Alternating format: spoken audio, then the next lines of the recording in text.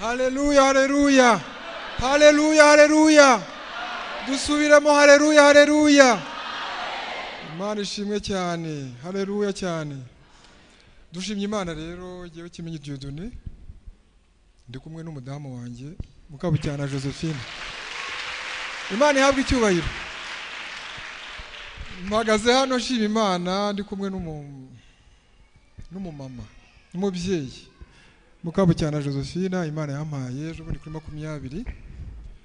Hanyuma rero n'iby'igiciro cyinshi, ariko reka ndavuga byinshi, ariko bene data groupe yacu usengana abana abakwe banjye bihute baze dushima Imana, kuko hari abantu mwihuta banahamagaye muze cyane.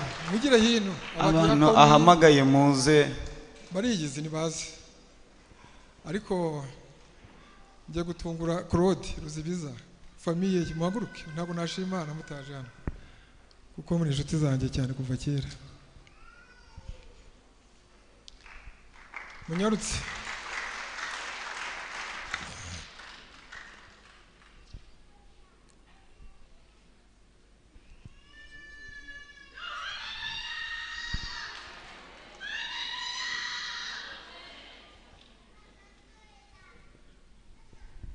Haleluya.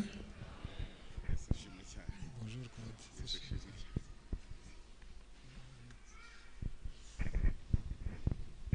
Turanezerewe mu by'ukuri, murabona ko duhagaze neza. Duhagaze neza. Imana ihabwe icyubahiro. Mbanje gushimira rero mwe mwese uko muri hano. Ndabashimira kuko mwabanye natwe, mubana natwe mu buryo bwose butambutse. Mu gihe nari jyenyine ntafite umufasha, twabanye dukora umurimo w'Imana hano muri rusengero. Murabizi neza ko kenshi tujya bahamagara abagabo bubatse ingo, abagore gutyo, umuryango umwe ukaza ari abantu babiri, ariko ari umuryango umwe. Kenshi rero hashize igihe kinini bahamagara famille, jye nkaza nkicara hano jyenyine rutoki, ariko nshimye Imana yo mu ijuru ko yampaye tuzatwicarana.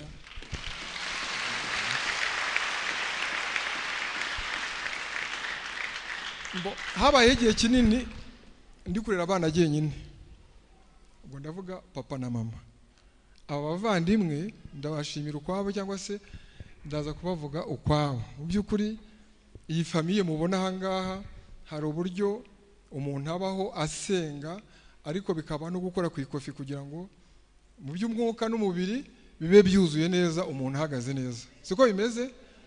Abene data rero mubona aha ngaha duhagararanye hano, harimo abana, hari inshuti, harimo abakwe, abuzukuru ntabahari, ariko nuko byifashe.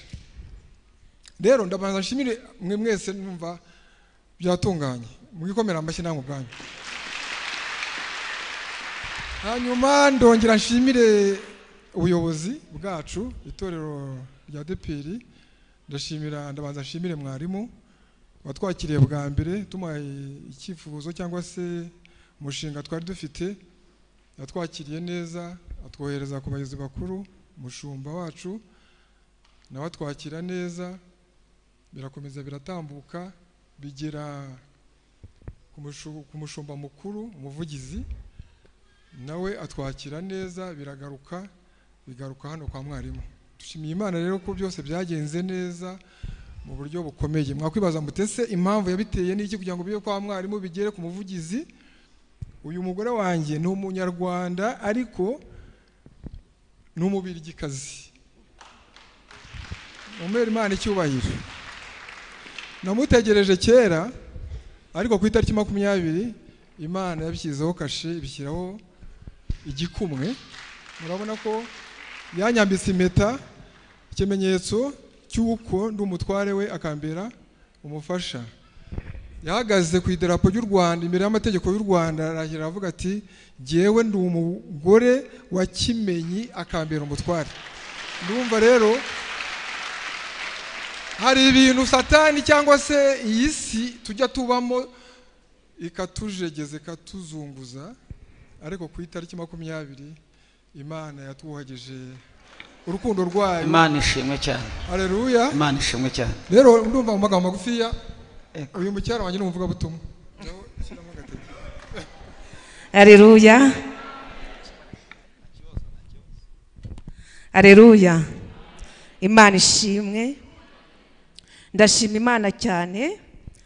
Jewe representant sinamubonye ariko ndashima Imana ukuntu umushumba yanyakiriye. Amen. Naramusanze anyakira nk'umubyeyi, ibyo ndabimushimira mu mumperera ishimwe. Amen. Kandi ashima Imana ko namwe mwanyakiriye mukazamura ibiganza. Murabiza abantu tubiriya badushyiraho kashe ko turi abapagani. Ariko ndagira ngo mbabwire ko imisozi yose ari nyarusange. Amen. Hariya hari abakijijwe, hari abazungu bakijijwe, hari abirabura bakijijwe, hari abazungu bakijijwe n'abirabura bakijijwe, ariko hari n'abapagani. No muri uru rusengero hari abajemo ariko uyu munsi bataye bakijijwe. Amen. Imana rero ishimwe, ndabashimiye cyane cyane. Uwiteka abaho umugisha ko mwanyakiriye mu muryango w'abana b'Imana mu itorero rya Remera. Natekereje ku ijambo riri mu Itangiriro igice cya 4:25 bavuga ngo Adamu arongera atwika umugore w'inda abyara umuhungu amwita Seti, ati nuko Imana ishumbushije urundi rubyaro mu cyimbo cya Abeli kuko Kayini yamwishe. Haleluya. Hari igihe Kayini ajya yica ibyacu, ariko iyo umuntu yikomeje kuwiteka Imana irashumbusha. Amen. N'Imana ishumbusha, n'Imana upfa kuba gusa wayikomejeho utigaraguye mu byaha. Amen. Amen. Ntabwo inyigisho z'ibintu by'ubukungu n'ibiki zijya zimfasha cyane, si bubi, ariko tubwigishe twavuze no kureka icyaha. Iyo umuntu yikomeje ku Mana, Imana irashumbusha. Amen. Amen. Amen. Jyawe iki cyifuzo rero maze imyaka 20 ngisengera. Nagitangiye maze imyaka nk'itatu mfakaye.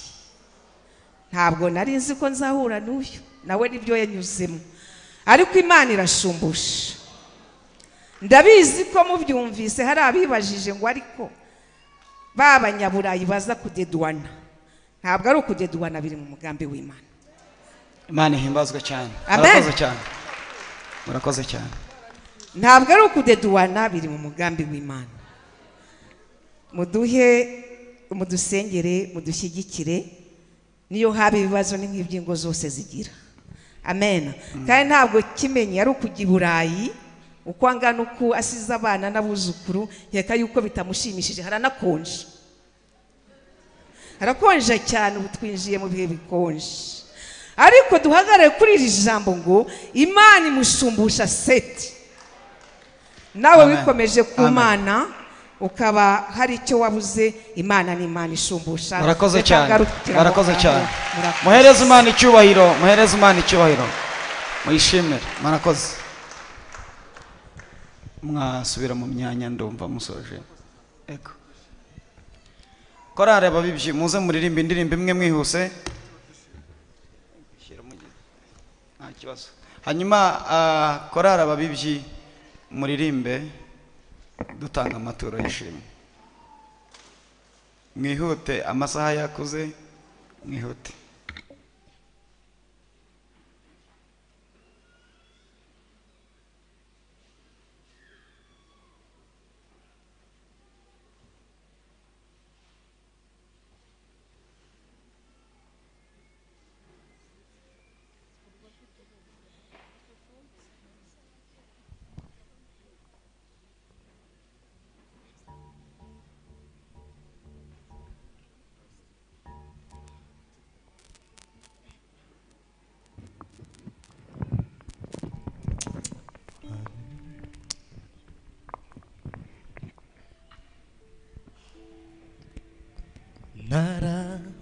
Tsindishirijwe ubundi umutsinzi,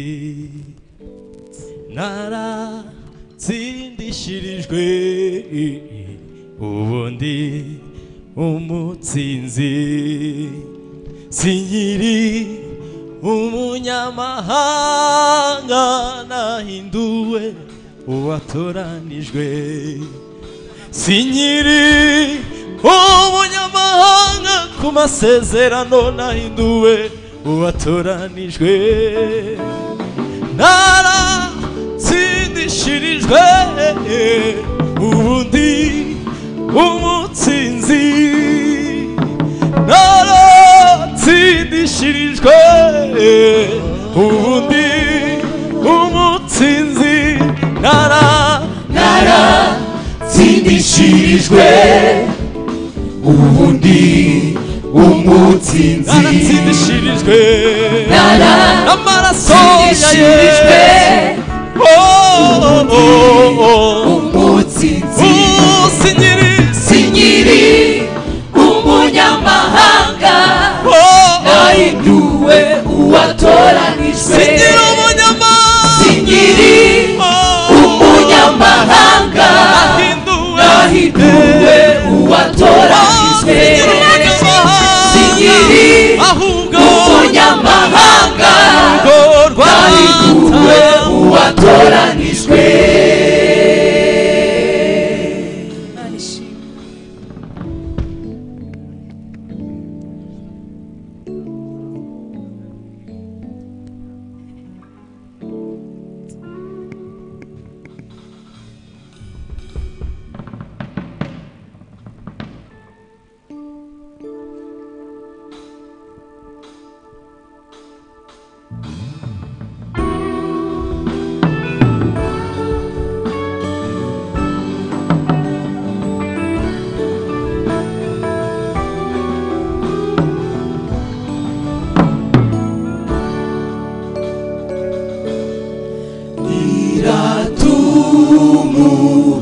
Umusaraba wa Yesu,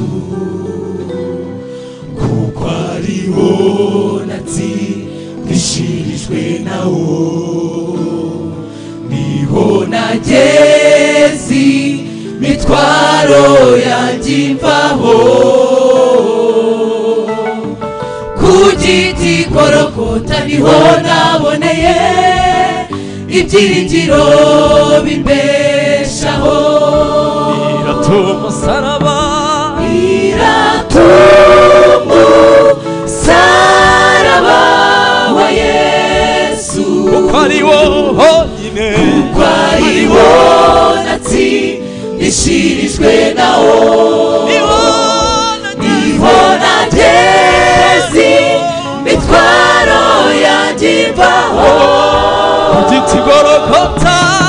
Ku giti Gologota niho naboneye ibyiringiro bimbeshaho. Umusaraba niwo byiringiro by'abizera bose, niho dukira intimba, intambara, ibibazo birashira.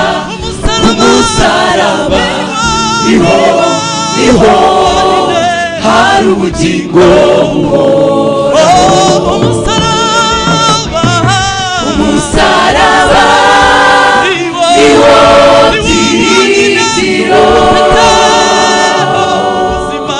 by'abizera bose, niho dukira intimba, intambara, ibibazo birashira. Umusaraba niho hari ubugingo buhoraho.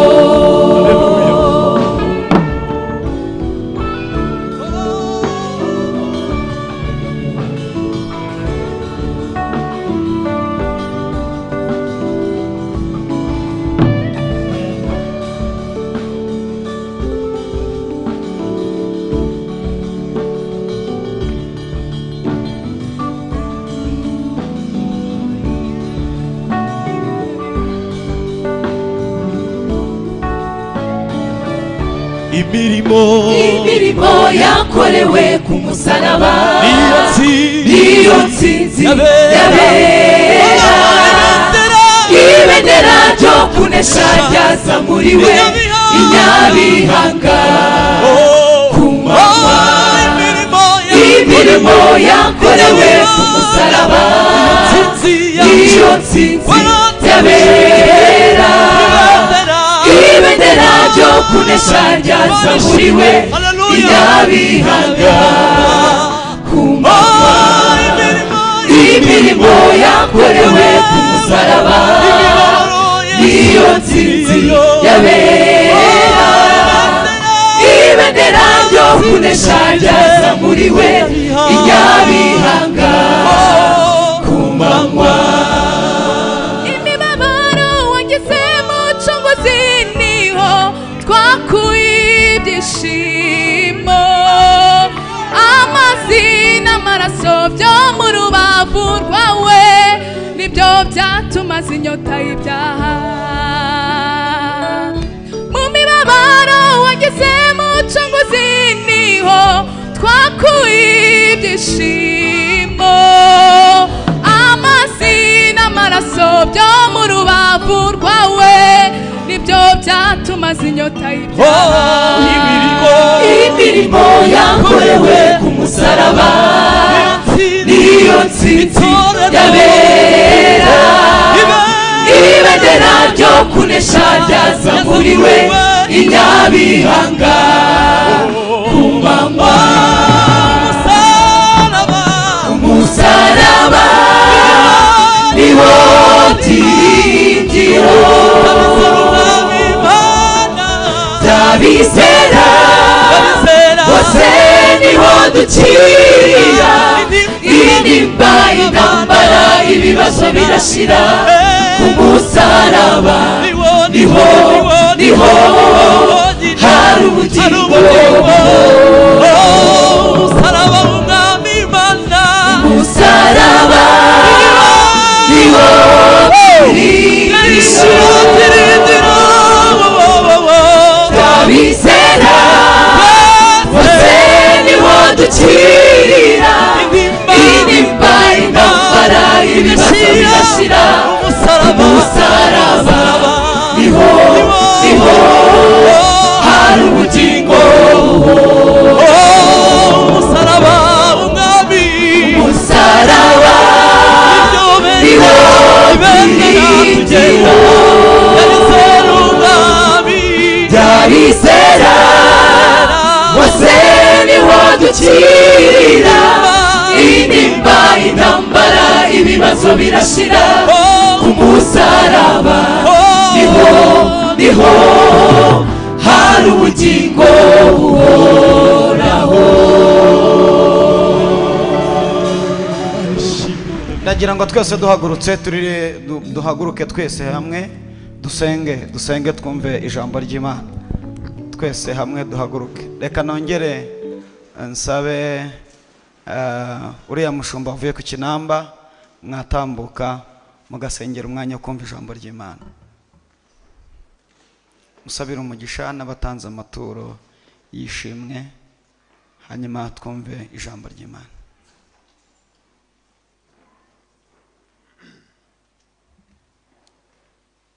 Turagushima Mana yacu, turaguhimbaje muri iki gitondo cyiza waduhaye cy'umugisha. Mwami, turi imbere yawe uyu mwanya tugiye kumva ijambo ryawe. Reka ukingure amatwi yacu y'umutima kugira ngo ijambo ryawe ryinjire mu bugingo bwacu. Mwami, ureke twese tunyoterwe n'ijambo ryawe kandi rigira aho rutuvana naho rutugeza. Mwami, icyo twizera neza nuko umukozi wawe wateguye uyu munsi abe igikoresho cyawe cyiza, umukoreshe Mana ntaba ari we ahubwo izina ryawe rihabwa icyubahiro. Emera kubana natwe muri uyu mwanya Mwami, dukomeze kubana nawe muri byose, ni mu izina rya Yesu Mwami n'umukiza wacu tubisabye, amen.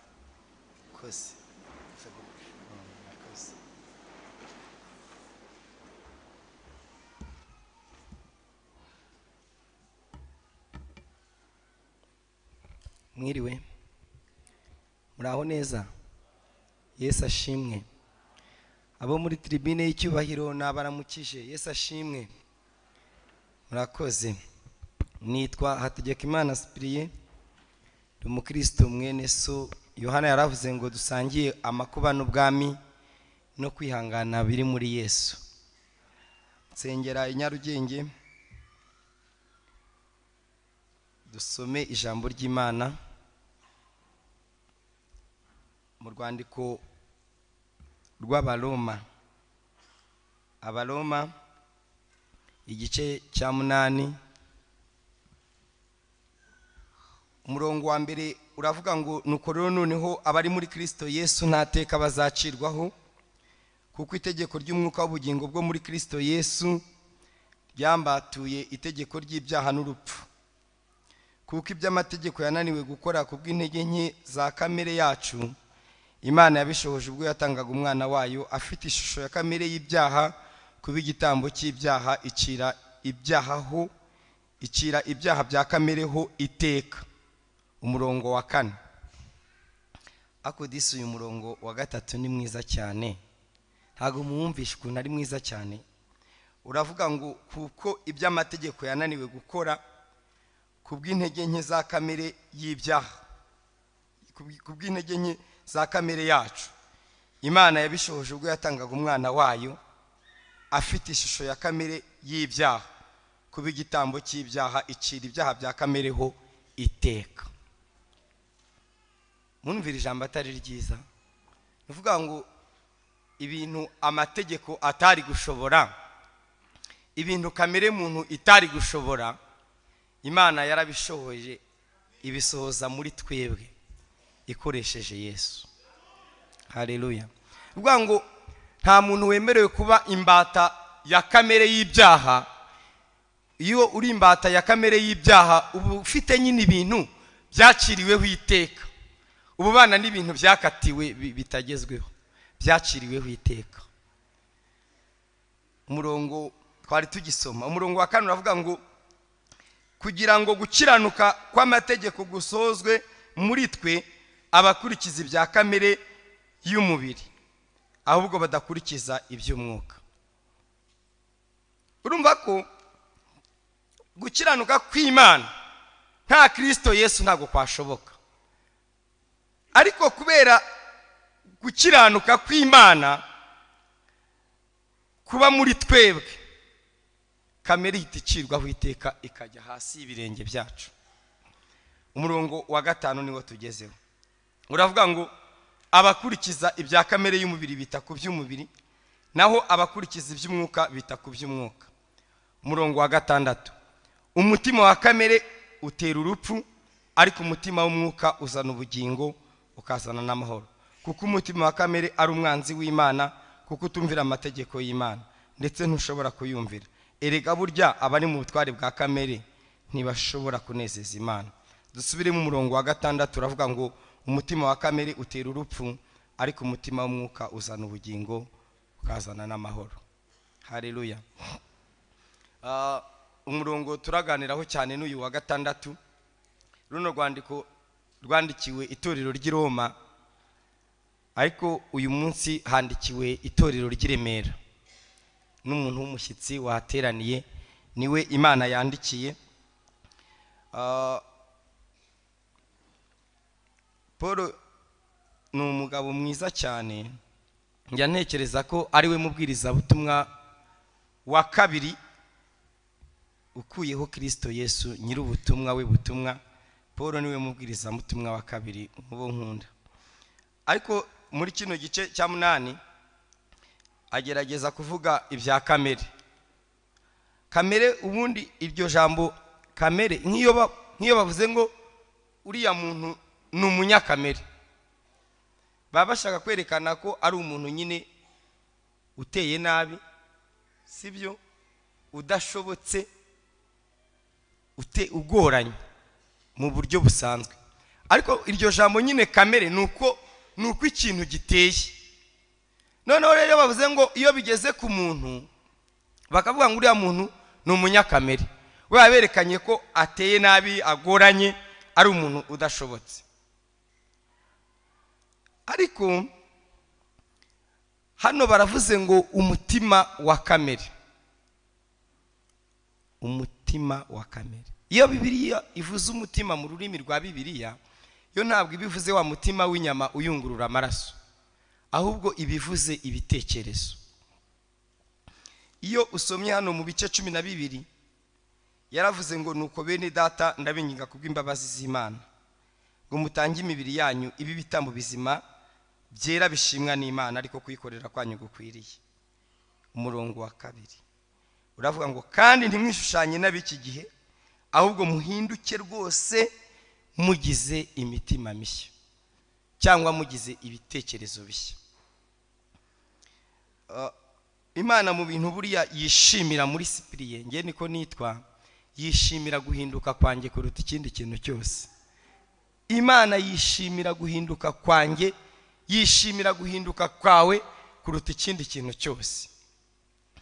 Uyu murongo rero wa 6 niwo turaza kugarukaho cyane mu minota itari na myinshi. Ivuze ko umutima wa kamere utera urupfu, ariko kavuga ko umutima w'umwuka uzana ubugingo ukazana n'amahoro. Umutima w'umwuka uzana ubugingo ukazana n'amahoro. Kuvuga ngo buriya urwego umuntu atangaho amahoro rungana n'urwego abanaho n'umutima w'umwuka. Nanone urwego umuntu atangaho urupfu cyangwa ab'inshuti n'ibyaha bya kamere bingana n'urwego asabana nayo. Hari imyuka ibiri iyobora abantu ikomeye cyane. Umwuka umwe bawita ruha. Burya ngo imugiye Kayini yicaga Abeli ngo ni ruha yari yamwuzuye, ngo aramuhagurukira aramwica. Hari undi mwuka rero, uwo ni wo wa kamere rero, uwo witwa ruha niwo mwuka wa kamere mu rurimi uvukamo rw'uruheburayo. Ariko bavuga undi mwuka nanone witwa nefushe, ni umwuka w'Imana na ugenga abantu. Rero buriya ugomba kuba ugengwa n'umwuka umwe muri iyo, ukaba uyoborwa na ruha cyangwa ukaba uyoborwa na nefushe. Hano rero bari kuvuga ko umuntu uyoborwa na ruha ari wo mutima nyine wa kamere, bari kuvuga ko abagendana n'urupfu. Ubu mbabajije, mukunda urupfu? Igisubizo mwese mwambwira hoya, ntago dukunda urupfu. Niko mwambwira. Murarukunda? Dore mutinye no kuruvuka. Rero buriya iyo uvuga ko wanga urupfu, ugomba kwirinda kubana na kamere, kuko ahantu wa kamere iri itera urupfu. Niko bavuze ko umutima wa kamere utera urupfu. Hari impfu mu buryo butatu. Hari urupfu rutandukanya umuntu n'abandi, tukamujyana irusororo n'inyamirambo n'ahandi. Ariko hari urundi rupfu rwa kabiri, ni urupfu umuntu apfa agapfa agenda. Hari itorero Yohana yabwiye mu byahishuwe ngo uzababwire ngo mufite izina ry'uko muriho, ariko muri iki dore mutinye kubivuga. Ni Bibiliya, ubwo nsomye mu byahishuwe. Ni urupfu umuntu apfa kandi agenda. Kandi uyu mupfu, uru rupfu ni ukurwitondera cyane. Umuntu uzi ko arupfa akajya ajya no mu isoko akajya guhaha, ni urupfu rukomeye cyane. Ni uru rupfu rero rwa kamere. Hari n'urundi rupfu rero ruvugwa mu byahishuwe, ariko no mu butumwa bwiza nanone Yesu nawe yarugarutseho. Yarimo avuga ngo ntimugatinye abica umubiri, ahubwo mutinye uwakwica umubiri akica n'ubugingo, byose akabirimburira hehe? Muri Gehenomu. Noneho rero iyo ufite uyu mutima wa kamere, izo mpfu zose uko ari eshatu ziba zikwegereye cyane. Uru rwa kamere, uru rupfu rwica umubiri rushaka kugeraho. N'uru nguru rutuma umuntu apfa ubugingo n'umubiri byose bikajya Gehenomu, narwo rwazakugeraho. Ariko bavuze ngo uyu mutima w'umwuka wo ahantu uri uzana ubugingo ukazana n'amahoro. Yesu nashimwe. Ukazana ubugingo, ukazana n'amahoro. Hari umuryango w'abibumbye ushinzwe kushakashaka amahoro, ariko murabona ntago bigeraho. Tujya tukumva ko hari umugore wishe umugabo, mujya mubyumva ko hari umwana wishe mama we. Burya ni ikibazo cy'uyu mutima wa kamere, kuko ahantu uyu mutima uri utera urupfu, ariko uyu mutima w'umwuka uzana ubugingo, ukazana n'amahoro. Yesu nawe yavuze ku bigendanye n'umutima.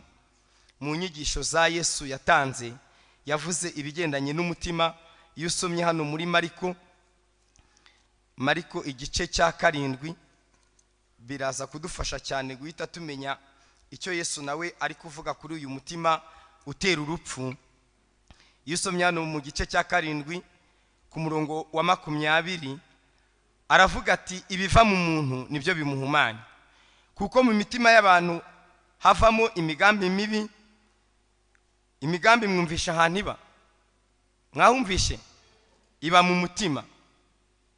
Kuko mu mitima y'abantu havamo imigambi mibi, guheheta, gusambana, kwiba no kwica, kwifuza kubi, kugira nabi, uburiganya, iby'isoni nke. Mwumvishe iby'isoni nke nabyo ahantu biba? Ijisho ribi n'ibitutsi, ubwibone n'ubupfu. Ibyo bibi byose biva mu muntu nibyo bimuhumanya. Ahangaha Yesu yerekanaga ko ibintu byose nimubona umuntu areba nabi, agira ijisho ribi, ntimuzajye muhita mukundana amaso. Ntabwo ari ikibazo cy'amaso, ni ikibazo cy'ububiko bwe. Umutima we ubitse nyine ijisho ribi. Nimubona umuntu atukana, agira ibitutsi, burya ngo ntabwo ari ikibazo cy'akanwa n'ururimi, ahubwo ni ikibazo cy'umutima. Nimubona umuntu aheheta, akanasambana, ntimuzahite murenganya umubiri ubishyira mu bikorwa, ahubwo hari uruganda ibyo bintu rubicura, rubibitse, aba ari rwo muzajya mwihuta kureba. Nimuzabona umuntu ayiba, hano bavuzemo ko habamo no kwiba, hakabamo no kwica. Mukabona umuntu arica, ariba, agira kwifuza kubi no kugira nabi n'uburiganya n'iby'isoni nke. Uruganda nirwo rufite ikibazo rw'umutima we, n'ibyo bintu ruhunitse nyine aba yatangiye rero kubibikura. Noneho rero ngo ibyo bintu byose biba mu muntu cyangwa biva mu muntu, ngo nibyo bituma umuntu ahumana. Buriya guhumana wagira kungana n'ibiba mu mutima wawe. Ntabwo ari ikibazo cyo guhumana kw'inyuma, ni ikibazo cyo guhumana ariko kwahereye hehe? Kwahereye mu mutima. Hari indirimbo ivuga ngo ntuntunganiriza ubwenge,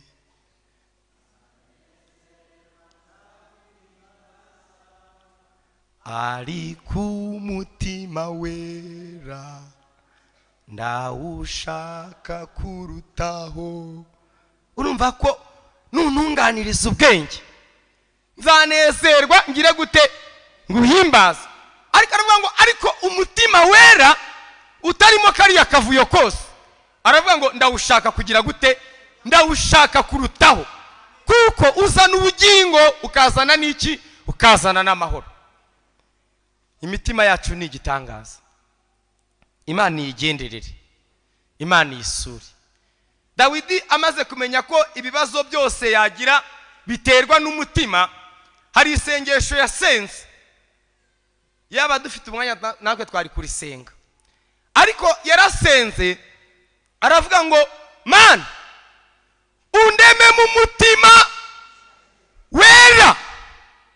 Yaramaze kumenya ko umutima ari igitangaza, aravuga ati noneho ndakwinginze iyi PS y'umutima indimo wama niyihindura. Arabwira Imana ngo undeme mu mutima wera. Yarimo asaba wa mutima w'umwuka uzana ubugingo n'iki? Uzana ubugingo n'amahoro. Iremera, haleluya. Imana ibaho umutima w'umwuka uzana ubugingo ukazana n'amahoro, ibarinda umutima wa kamere utera urupfu.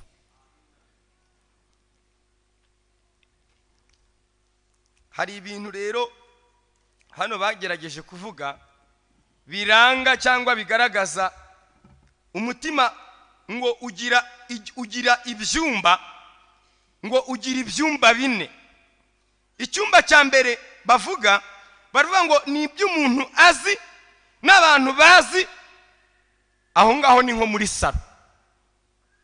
Icyo ngo ni icyumba cya mbere kiranga umutima w'umuntu cyangwa kiranga ibitekerezo by'umuntu. Baravuga ngo hari ikindi cyumba cya kabiri, ngo ni iby'umuntu azi n'abantu bazi. Bakavuga ikindi cyumba cya gatatu, ngo ni iby'umuntu atazi, bizwi n'abantu bonyine, wowe ukaba utabizi. Uri hari ibintu abantu bakuziho wowe utiyiziho.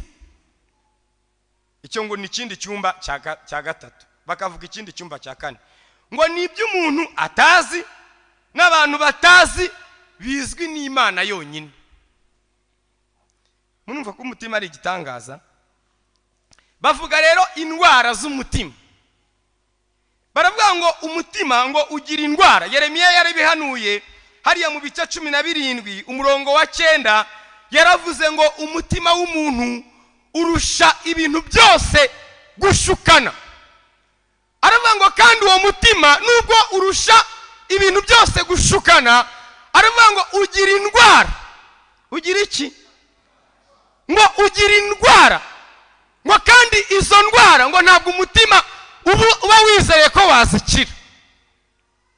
Bavuga rero izo ndwara z'umutima, baravuga ngo indwara ya mbere ngo nuko umutima urahisha. Ugira gute? Umutima urahisha. Umutima urahisha. Umutima ni igitangaza cyane.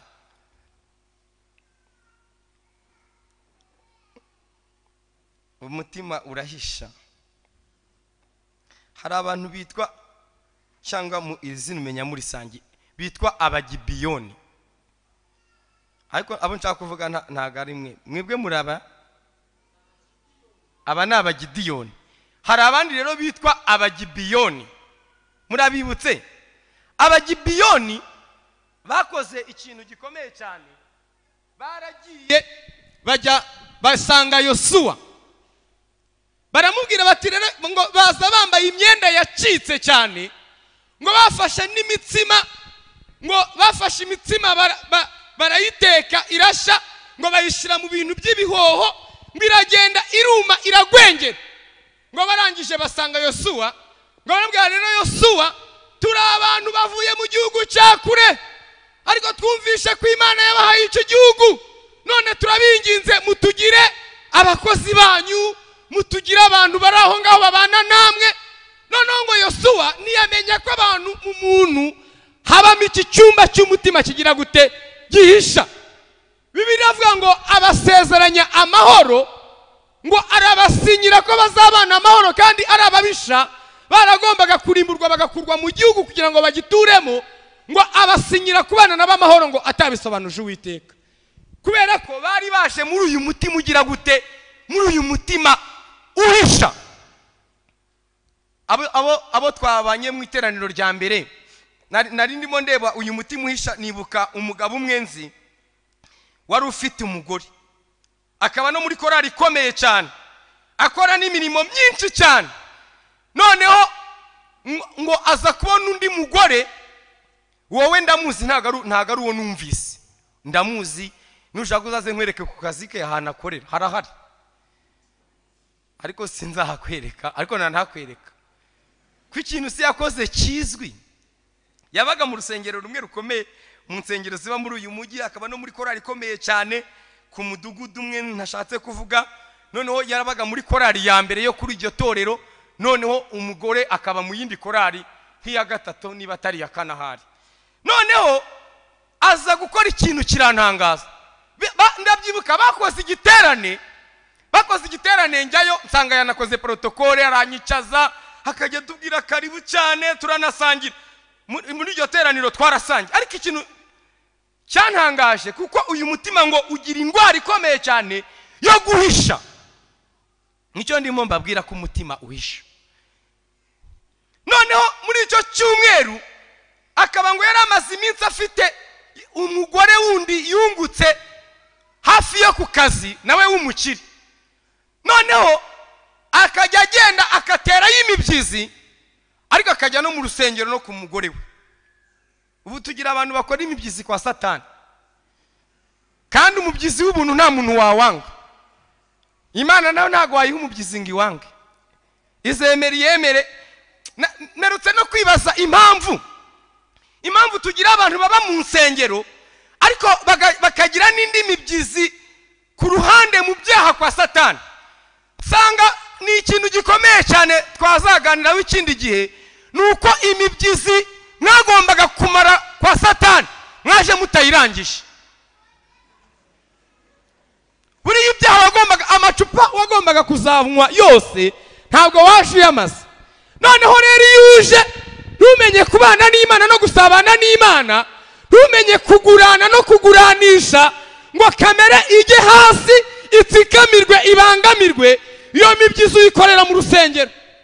Mujye mwitonda mutazakorera imibyizi mu rusengero kuko mwaje mutayimaze.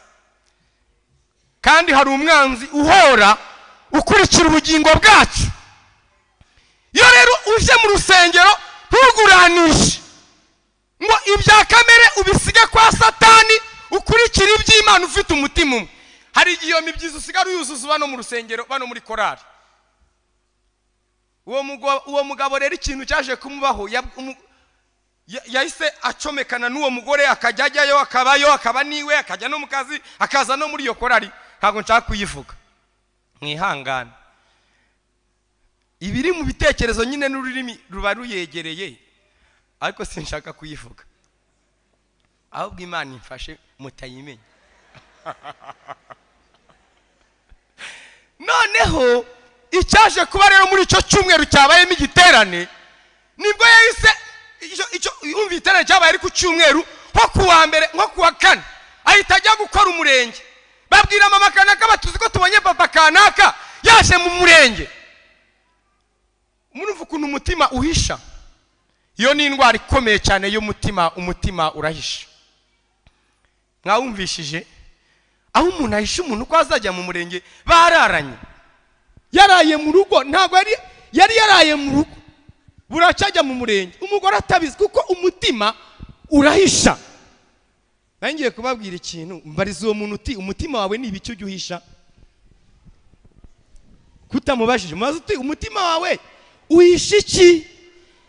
Kuko nimutawitondera hari igihe umutima wawe waba uhisha urupfu rw'abana n'urw'umugwa. Uburyo umutima wa Kani, umutima wa Akani muramwibutse, Yosuwa ibice 7. Umutima wa Kani ngo wabonye ibijyora, ngo ubona n'ifeza n'izahabu, ngo n'umwambaro wa Shinari, ngo urawifuza cyane. Ariko uko yabifashe akabyikorera akajya kubihisha mu ihema, yarahishemo n'urupfu rw'umugore we n'urupfu rw'abana ruhishe. Kuki mutabyibutse se? Buri ibintu wahishe mu mutima wawe ujye ubigenzura cyane. Bishobora kuba birimo n'urupfu rw'umugore wawe, birimo n'urupfu rw'abana bawe, wowe ukajya ugenda uzi ko ari imari wahishe, kumbi n'urupfu narwo rurimo. Noneho ikintu nabonye, nani nkibabwira indwara z'umutima. Indwara ya mbere rero niyongeye nuko umutima urahisha. Mama kanaka ariko yaje kumusanga ku murenge, aramubaza ati se papa kana ibyo waje gukora ni ibiki? Kuki wowe utigize urumva isereri yabayeho ngaho? Papa kanaka ati ko waritse wowe kajya kwizanira amafaranga ninyabona ko nzagaruka. Nubu ntaragaruka rero. Umenya atari yayabona. Ariko murumva uwo mutima ukuntu ari igitangaza. Niyo ndwara rero yo guhisha. Umutima ugira indwara urahisha. Indi ndwara ya kabiri ngo ntabwo wizera gukira. Ntabwo uwo mutima wizera gukira. Indi ndwara ya gatatu ngo uwo mutima urashukana. Ugira gute? Urashukana. Ngo urusha ibintu byose, niko twasomye. Ngo urusha ibintu byose gushukana. Umutima wawe ni igitangaza.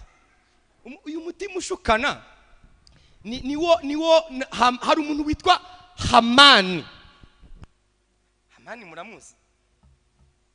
Hamani umutima waramushutse, uramubwira ngo wowe genda ujye gusaba Morodekayi, uzamwica byoroshye kandi n'ibinarimba uzamusabane n'ubwoko bwose bw'abayuda. Umutima urabimushuka, urabimwemeza. Murebe ikintu igitondo yazindutse kwa Ahasuwerusi gusaba Morodekayi. Nicyo gitondo Ahasuwerusi yasoma igitabo kigomba kurenganura Morodekayi, ariko umutima wari warimushutse urabimwemeza, umwemeza ko bizoroha ko gufata Morodekayi kumwica byoroshye, kumva umutima urashukana. Urumva umutima ugomba kusengero utazagushuka nyine nutawusengera wagukoraho wagushuka, urashukana. Yarazi ko nyine kwica abayuda byoroshye ari diro yoroshye, ntago mubyibutse. Ahubwo yavuga ngo yageze no mu rugo aravuga ati ubu rwose ngo yavuye mu rugo umadamu ngo bamushutse n'inshuti ze n'umutima we, avuga ati wowe ugenda umanike n'igiti ahubwo ngo ko yagisongoje cya mikono 50 ko ari uko muba mwarabyibagiwe. Umutima bwe ati bagisongore kandi bakishinge kirekire, kumva umutima urimo unamushuka niwe bazagishiraho ahubwo.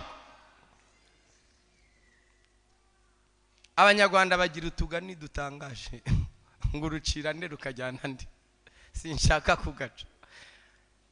N'umutima ngo indwara ya gatatu y'umutima nuko ushukana. Bavuga rero indi ndwara ya kane itangaje ngo nta muntu wawushobora. Nta muntu wagira gute? Nta muntu wawushobora. Nta mushumba washobora umutima wawe, nta mwarimu wawushobora, nta mubwiriza wawushobora, nta muntu wawushobora, nta muhanuzi wawushobora. Umutima wawe ni igitangaza, nta muntu wawushobora. Bavuga ngo ariko ngo njyewe Uwiteka ngo ni njyewe urondora imitima ngo nkitura umuntu wese ibikwiriye ibyo yakoze. Niyo mpamvu imitima yanyu hari akaririmbo nkunda bavuga ngo nguhaye umutima wanjye mwami ngutegeke wuzuza urukundo n'imbaraga zo mu ijuru. Imitima muyihe Imana niyo yayishobora. Muremeye muyiture Imana niyo yayishobora, nta wundi muntu wawushobora. Nta muhanuzi wawushobora ngo yawurondora guteze nawe ahubwo hari igihe bakeneye undi murondora. Imitima yacu tuyerekeze kuri Nyagasani. Nyagasani Kristo Yesu niwe washobora iyo mitima.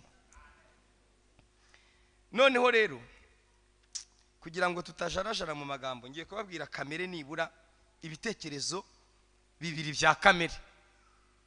Dore iminota iri hari ibiguruka yasaze, ibiguruka cyane. Ariko hari ibintu bindi ngo byerekana ko umuntu ari umunyakamere. Ibintu bigira gute byerekana ko umuntu ari iki? Ari umunyakamere. Ngo ni ibintu wabona ugahita ubona ko umuntu ari iki? Ko mutikirije ari umunyakamere. Paul arabivuga hano mu rwandiko rw'Abagalatiya, kamere ngo igira n'imirimo yayo. Nuvuga ngo kamere ntago igendera aho ngaho, igomba kuba ifite iki? Kuba ifite imirimo yayo. Hano rero Paul agerageza kuvuga iyo mirimo ya kamere hano mu gice cya 5. Aba ngo dore imirimo ya kamere iragaragara ni gusambana no gukora ibiteye isoni n'ibyisoni, no gusenga ibishushanyo, no kuroga, no kwangana, no gutongana n'ishyari n'umushinya n'amahane, no kwitandukanya, no kwirema ibice, no kugomanwa, no gusinda n'ibiganiro bibi n'ibindi bisa bityo. Ndababwira hakiri kare nkuko ndababwira hakiri kare nkuko nabibabwiye kera yuko abakora ibisa bityo batazaragwa ubwami bw'Imana. Impamvu tugomba kuvuga kuri kamere, hari igihe ngira amahirwe nkumva ijwi ijwi nkumva rirampamagaye, mperutse kuba ndyamye numva ijwi rirampamagara, Sipiriye, nditaba, Karame, ndashaka kuhinduka, ukabwira abantu bagahinduka hatitawe kuri kavukire yabo. Iryo jwi ukuntu ryambwiye, ndashaka ko uhinduka ukaba mwiza, ukabwira abantu bagahinduka hatitawe kuri kavukire yabo.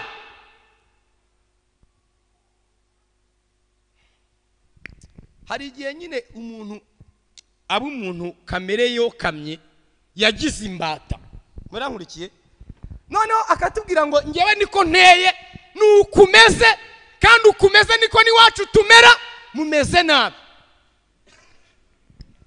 Twigeze tugenda kubwiriza ahantu hamwe, yari ngewe n'undi mugabo w'umubwiriza butumwa n'umuhanzi, umva tutari batatu.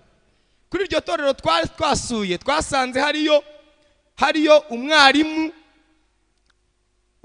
n'umupasiteri. Umwarimu yari yayoboye, umupasiteri nawe ari mu iteraniro. Twari abantu 5 bagiye kutwakira muri icyo cyumba, twari 5 n'abadiyakoni 2 bagendaga bazana ibyo kurya twari burya. Noneho mu byo kurya bari baduteguriye harimo inkoko, inyama z'inkoko nimwe bari babazi, bayikasemo ibice 5.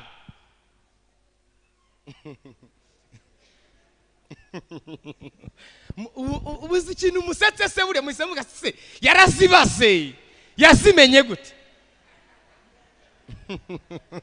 Nicyo kintu muhise mubara, nahise mbabona. Impamvu namenye ko nge nago iyo tugiye ku biryo nge ntago nyine nge niyo niko naje kubigisha, ntago ndi numwigisha wo kubiryo ku buryo ngo njya kurya ngo mbere ngo wapi, ibyo ni bitoya. Neza naje kwigisha ibiryo ngo ku buryo ngo njya mbere. Hari igihe nyine wigisha bakaguha icyubahiro ngo cyo kurya mbere. Nagiyeho ndi nk'uwa 3 rero, niyo mpamvu namenye ko zari 5. Noneho ngezeyo rero nsanga umuhanzi yahise ashiraho 2, noneho nkabona nanjye nishiraho 1. Hari umuntu uri buze kugira gute, uri buze kuyibura. Noneho mpitamuga ko se wowe waruye inyama 2, urabona mwarimu ararya iki? Noneho ahita aravuga ngo abana ngo sinjya nginya mimwe ngo ni kandi ngo ibi ni iby'iwacu ngo twebwe ngo abantu bacu ngo dukunda inyama ngo niko mumera nabi.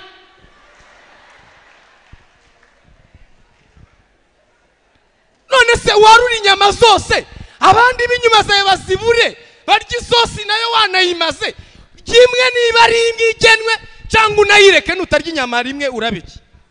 Noneho nicyo nashaka kubabwira, hari ugiye umuntu ababana na kamere mbi, noneho agashaka iyo kamere tuyubaha, tuyikomera amashi ngo nikomeze ngo nikome umeze nabi, ntabwo tuzakora ibisa bityo, ntabwo bazaragwa ubwami bw'Imana.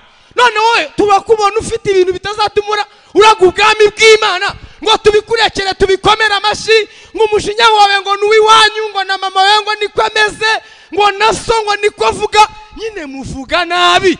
Iyo rero twavutse muri Kristo Yesu, hagomba kuboneka imbaraga z'umusaraba zitsikamira kamere yacu, kamere ikajya hasi y'umwuka,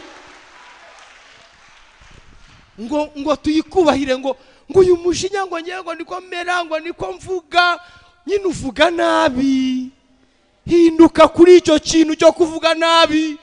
Niko Imana yambwiye ngo tugomba kuba beza hatitawe muri kavukire. Hari igihe usanga umuntu afite ingeso yo muri kavukire akayikomeza akayiryamaho, nubwo ari iya kera. Hari n'imbaraga z'umusaraba, imbaraga z'umusaraba wa Kristo Yesu.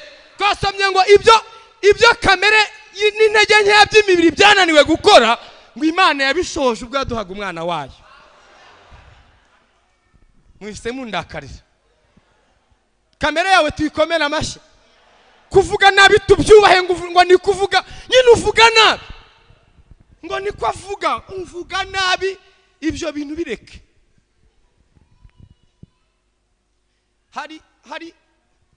hari ibintu rero, hari nahoze nsoma, hari iyo ndi kwigisha kenshi nkunda gusoma Bibiliya, ariko ndabona mbisomye nahita mbatwara umwanya haremerera mwarimu. Imana imfasha ahubwo indinde.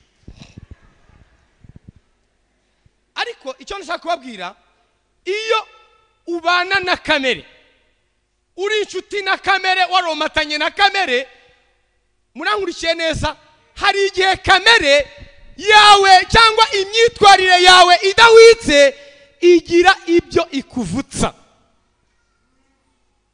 Unabyumvishira? Nyine nushaka ko iyo kamere yawe tuyikubahira, hari ibintu izakuvutsa. Hari ibintu izagira gute? Izakuvutsa.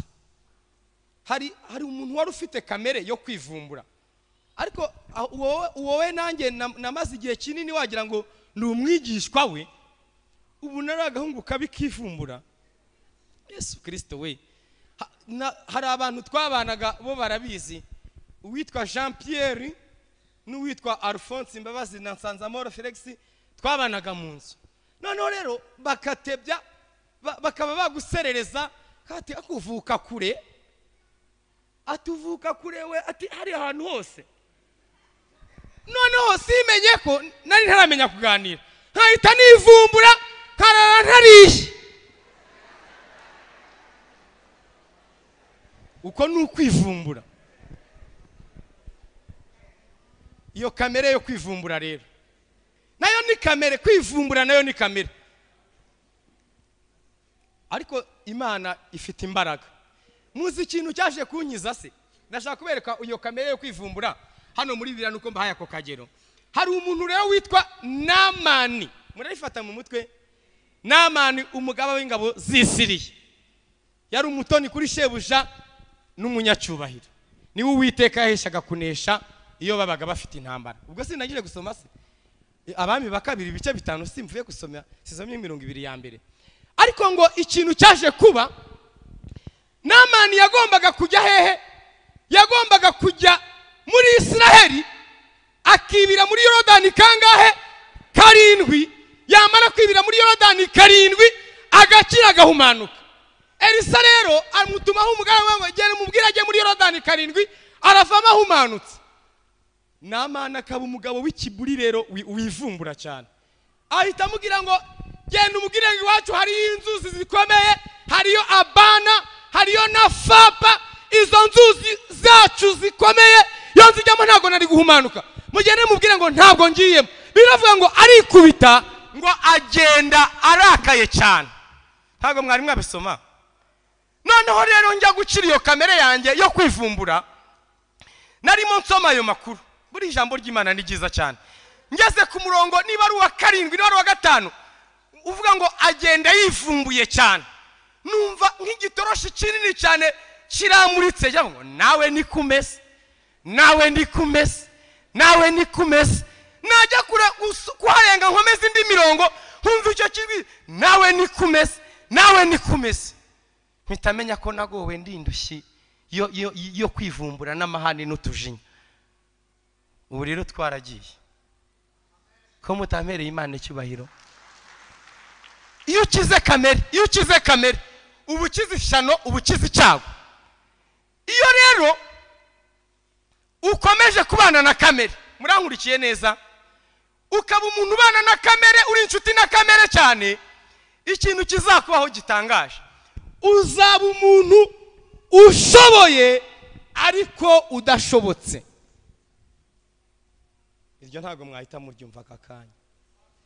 Uzaba umuntu ushoboye ariko ugize gute?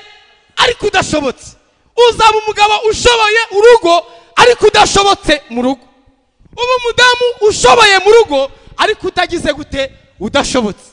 We gushobokana n'umukozi, we gushobokana n'umwana, we gushobokana n'abaturanyi, kubera ko nubwo uri umuntu ukomeye urashoboye ariko ntabwo ushobotse. Kamere rero ijya ivutsa umuntu. Nimusoma hariya mu Bakorinto urwandiko rwa mbere, muzasoma ngo kamere y'Abakorinto ibavutsa kugaburirwa ibikomeye. Hari ubutumwa Paulo yari afite itorero ry'Ikorinto, yagombaga kubaganiriza bukabahindura bukabakuza bukabageza ku kigero cyiza. Ariko ngo abonye ko bamwe bakiri ababonyemo kamere, ngo bamwe baravuga ngo twe turi abapolo, abandi bati twe turi abakefa, abandi bati twebwe turi abapawulo, ngo abandi bake bakavuga ati twebwe turi aba Yesu. Ngo ababonyemo ibyo bice byose ngo aravuga ati rero iyi message sinkibahaye, ngo bavutswa kugaburirwa ibikomeye ngo bitewe n'iyo kamere yabo. Kamere rero nutayitondera hari igihe izagira gute, izagira ibintu ikuvutsa. Kuvutswa murumva icyo ari cyo, ishobora no kukwirukanisha mu kazi tukagira ngo ni abadayimoni n'imizimu, kumbi ntabwo ari imizimu ahubwo ni imizimu ikubamo. Ni imizimu nyine ya kamere yatumye bamwirukana. Ntiyamenye kubaha shebuja, ntiyamenye kubaha nyirabuja, ntiyamenye ko bitwara mu kazi, ntiyamenye kubaha igihe, ntiyamenye nyine noneho birangira bamwirukanye. Twe tuti n'abadayimoni, kumbe abadayimoni bararengana nabo cyogoze nibo se w'ibibi byose. Ibyanze byose tubigerekera ku badayimoni n'imizimu. Noneho rero indi kamere ikomeye cyane nayo ni mbi, ni kamere y'umuntu w'ubugome. Mwarima isandeba umura mwangiye gusoza hariya rwose. Ni kamere y'ubugome. Iki ni umuntu ugira umutima w'iki w'ubugome. Ubugome Bibiliya avuga ngo icyaha nicyo bugome. Uyu mutima rero nawe usomye numva ndababaye, ndavuga ariko tugira abantu bameze gutya. Hari buriya hari igihe nsoma Bibiliya nkagwa ku makuru nanjye nkabona wagira ngo ni nka bwa mbere nyumvise. Bibiliya buriya ni nini cyane, nubwo mbona ifite ibitabo 36 ariko igira amakuru menshi cyane. Niyo mpamvu ugomba kuyisoma buri munsi ukaba ufite akantu wasomye. Hari umwami witwa Sawuli, ntimumwibutse? Sawuli avuye ku ngoma hagiyeho hari agahungu ke kimye ingoma, ntabwo iryo zina mushobora kuza kumva ari nk'iryo, kitwa Ishibosheti. Murakumvishije se? Ntabwo ari Mefibosheti, kitwa Ishibosheti. Ako gahungu ke niko kabaye iki? Niko kabaye umwami. Noneho ako gahungu kaba umwami, ariko nikakora ibintu bitangaje cyane, kari akanyamahoro kiberagiye. Noneho ako gahungu rero icyaje kukabaho uwo muntu ni umuntu w'umugome ufite umutima w'ubugome, ariko kugira ngo ashobora gukora ikintu, noneho kugira ngo anezeze mwarimu Edimo, murankurikiye neza, akamera nk'ugiye kwibonekeza kwa Edimo kugira ngo Edimo amushime. Ntago mwahita mubyumva aka kanya. Murebe Edimo wenda ni minister, mwamubonye Edimo tumugize minister. Noneho mwarimu Gilbert ntiyari hari inyuma ye, kugira ngo Gilbert azabone umwanya kwa minister Edimo, murankurikiye neza, Gilbert akaba yangirira ikintu cy'ubugome, murankurikiye neza, ariko ashaka kugura inzira kwande, ashaka kugura inzira kwa Edimo. Menya mubyumvise ahari. Noneho rero ngo hari abahungu babiri bavaga indimu, ngo umwe yitwaga Ban, undi yitwaga Rekabu. Aba bahungu babiri ngo ikintu bakoze, ngo baragiye, murashaka ko njya kuhasoma rero bita bidutwara umwanya munini, ariko reka mbabwira ahantu mabarangire muze mwebwe kuyisomera. Muze gusoma Abami ba kabiri igice cya 5, muze guhera ku murongo wa mbere, ariko kugira ngo muze kumenya ayo makuru neza cyane muyafate mu mutwe, murahera mu gice cya 4 n'icya 5. Uwo muhungu rero abo bene Rekabu ngo bahise bafata bajya ku mbuga ya Ishibosheti, ngo bamera nk'abagiye kudahinga no mu nzu, kumbi ngo bahita bafata inkota ngo basanga agaramye ku gisasiro, ngo bamuca igihanga, ngo bamaze kumuca igihanga ngo barakirukankana bakijyana kwande, bakijyana kwa Dawidi. Baravuga ngo dore noneho umwanzi wawe, ingoma y'abanzi yawe yose turayirangije, genda ujye kuba umuyobozi. Bari barimo bagura ubumeya, mwumvisha aho tubizanye se, barimo bagura imyanya y'icyubahiro, barimo bagura n'umuntu ukugirira nabi ariko ashaka we kurengera inyungu ziwiwe. Ni umutima rero wa kamere cyane w'ubugome, ariko utera urupfu. Uzi ikintu Dawidi yabahembye? Ngo yabahembye nabo ko babaca ibikonjo, ngo abahemba ko babamanika, kubera ko umutima wa kamere twavuze ngo utera urupfu. Umutima rero w'umwuka bavuze ngo uzana ubugingo ukazana n'amahoro. Haleluya. Niwo dushoreje umutima w'umwuka uzana ubugingo ukazana n'amahoro. Hari umutima rero w'umwuka ufite igice kinini cyane, ariko ndashaka kubabwira nibura ibitekerezo bibiri by'umwuka gusa. Igitekerezo rero cya mbere ni umutima w'umwuka w'umuntu womatana n'Imana, ntazatandukane n'Imana. Haleluya. Muraza gusoma amakuru avuga kuri Kalebu na Yosuwa, kuri Kalebu na Yosuwa. Yo Imana ihamya Kalebu na Yosuwa ko izabaho igihugu, hari ikintu nabonye ibashimira, ababwira ngo nta n'umwe mu bansuzuguye uzakandagiza ibirenge muri icyo gihugu keretse Kalebu na Yosuwa, ngo kuko bo bari bafite iki? Bari bafite undi mutima, bakagenda uko mbayoboye muri byose. Ni umuntu ufite umutima w'umwuka, murankurikiye neza, wumvira Imana, akagendana n'Imana, kandi akagenda uko Imana imuyoboye kose. Uyu nguyu Imana ivuga rimwe akumva irindi, ariko hari abantu bagira imitima inaniranye, Imana yavuga rimwe akumva kabiri. Ntago mumwibutse wa muhungu uyu nguyu indogobe ya Baramu, yaragoye, yarafite agatima kabi katumva. Wijayo wakumva ko bavuze ngo ajeyo, akajya kubicokoza kugeza igihe bizanamukoreraho.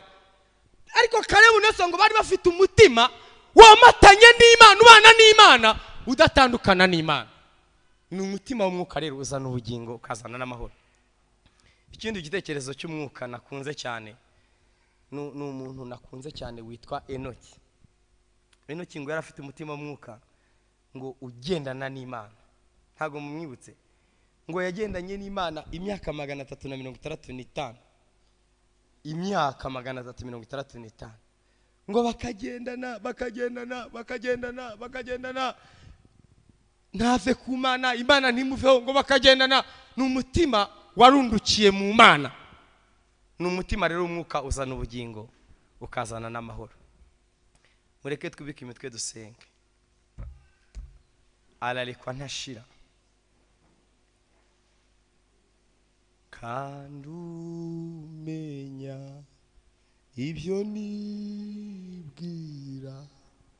n'imigambi yanjye, n'ibimbamo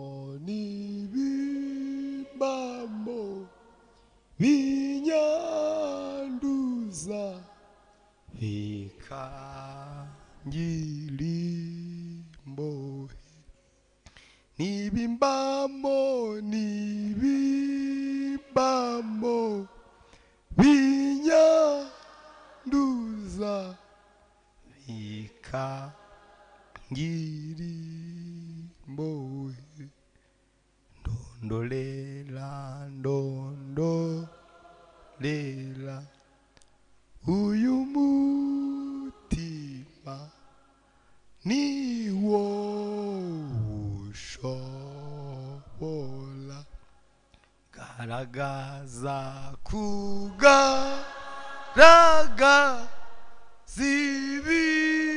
zibirimo mu rwisho rwawo. Ndagira ngo dusengere umuntu wumva yarabaye imbata ya kamere, kaba wumva mu mutima wawe harimo kamere ariyo igenga ubuzima bwawe. Tubwire Yesu ngo akuguranire, hari imbaraga zo muri Kristo Yesu zashobora kukuguranira, zikakuguranira. Umuntu wumva twamusengera narambura ikiganza tumusengere. Yesu ashobora kugukiza. Narambura ikiganza cyane. Yesu ashaka kugukiza, ashaka kuguhindura ukaba mwiza kurushaho. Hamuntu dusengera, rambura ikiganza cyane. Yesu ashaka kugukiza. Muhaguruke, nababonye muri beza, muhisemo neza guhitamo guha Yesu ubugingo bwawe, ko kumuha umutima wawe uyobore, nicyo kintu upfa uticujije. Murambura ibiganza cyane, muhaguruke. Murakoze guhitamo neza. Ndabona mwarimo abahamagaye, muze hano babasengere. Hagiye kumanuka imbaraga z'umusaraba zitsikamira iyo kamere, ziyibaga zigukuremo, kandi urugendo rwawe rwo guhinduka ruzakwinjiza mu mugisha, ruzakwinjiza mu mahoro, ruzakwinjiza mu kubaho kwiteka. Kandi menya ibyo nibwira n'imigambi yanjye, nibimbamo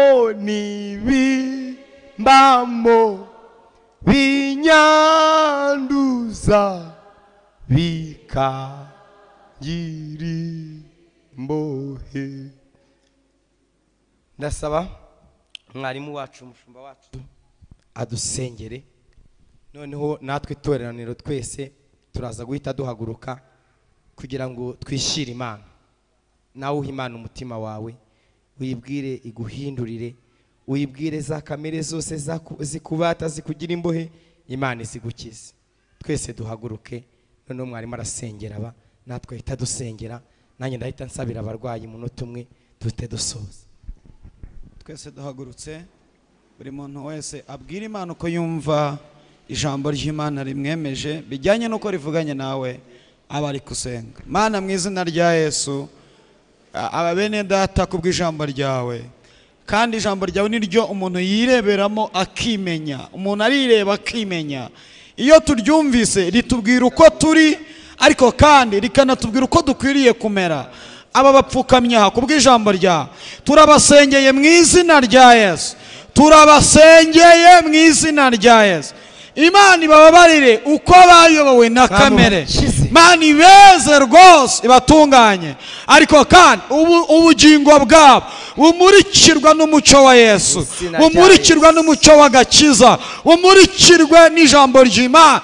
Uhereye none umwuka wera abashoboze kugenda bayobowe n'umwuka, batayobowe na kamere yabo. Natwe niko twisengeye. Imana itugirire neza, idutunganye mwami, aho twaba twarayobowe na kamere, ibyo bavuze n'ibyo bakoze. Imana ibeze rwose, tunganye ubugingo bwa bene data, kugira ngo imbere y'Imana tugaragare tuboneye. Tubisabye Imana twizeye mu izina ryiza rya Yesu Kristo, amen. Imana rero turi imbere y'izana indwara. Mukurikire umupapa abavugishe gatoya, murahita mugaruka. Umuntu uri muri iteraniro urwaye cyangwa ufite indi ntambara abona itanesheka, nahaguruke tumusengere kubw'ijambo ry'Imana. Mu butumwa bwiza habamo imbaraga zikiza n'ibibazo, umuntu akabohoka. Mana, mu izina rya Yesu, wohereza ijambo ryawe ukadukiza indwara, wohereza ijambo ryawe ukatubohora, ukatugirira neza muri Kristo Yesu. Icyubahiro kibi cyawe. Aba bene data bahagurukiye imbere yabo, hari abafite indwara zibabujije amahoro, zitumye ubugingo bwabo busharirirwa bumera nabi. Turabasengeye ngo izo mbaraga z'indwara zikubitwe hasi n'imbaraga z'umusaraba wa Kristo Yesu. Buri ndwara yose, buri gukomera kw'iyo ndwara tubitesheje agaciro kubera imbaraga ziri muri Kristo Yesu. Hari n'umuntu waba afite ikibazo kimukomereye, turamusengeye nk'Imana imwakire, imukize, imubohore, tuve mu nzu yawe twuzuye umunezero kandi dufite ubugingo bwinshi. dukura mu ijambo ryawe. Urakoze ko uri igisubizo cyacu kandi uri ihumure n'imbaraga zacu, mu izina rya Kristo Yesu umwami wacu dusenze twizeye, amen, amen. Murakoze. Korari ababibye muze muririmbe dutanga icya 10 n'amaturo. Ababibye muze mwihuse, ikorasi mwihorere amasaha yakuze, hanyuma dutange icya 10 n'amaturo. Ariko kandi mwibuke n'inkunga y'umukene, y'abakene abo twabanye mu iteraniro rya mbere. Nababwiye umukristo dufite hano aba mu nzu wenyine, ni umusaza aba mu nzu wenyine, kandi iyo nzu nayo arayikodesha, kandi ni ikimuga ntabasha gukora. Arwaye hypertension iri ku rwego rwo agenda akitura hasi, agenda akitura hasi. Donc niyo ariho ajya kwa muganga ajya kwivuza, ageraho yikubise hasi inshuro zingahe zose, kuko ntafite ubushobozi bwo gutega ngo ave Nyabisindu agere kuri centre de santé. Agenda n'amaguru. Niyo yaje kundeba azayitura hasi. Hari igihe rero ngeraho akambwira ati rero mwarimu, ati nubwo ugiye kunyishyurira inzu, atariko inzara iranyishe. Reba umuntu uba ku miti ya hypertension aba mu nzu wenyine, ntagira ubushobozi na bukeya. Rero iyo ambwiye gutyo ntabwo ari jye babwiye jyenyine, torero ni mwebwe ababwiye. Ijambo ry'Imana rivuga ko iyo umuntu afashije umukene abagurije Uwiteka, Imana nayo izamwishyura. Rero mwibuke bene data bakene. Yesu abaho umugisha.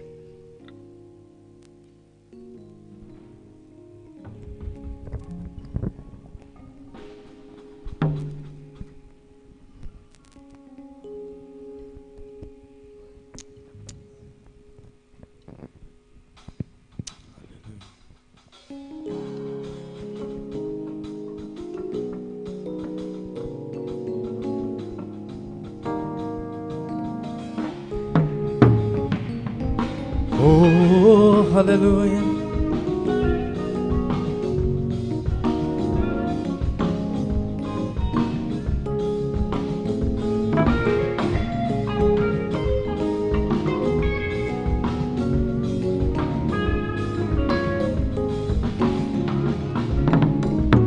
Yesu we, mwami w'abami, ineza yawe irakwiriye.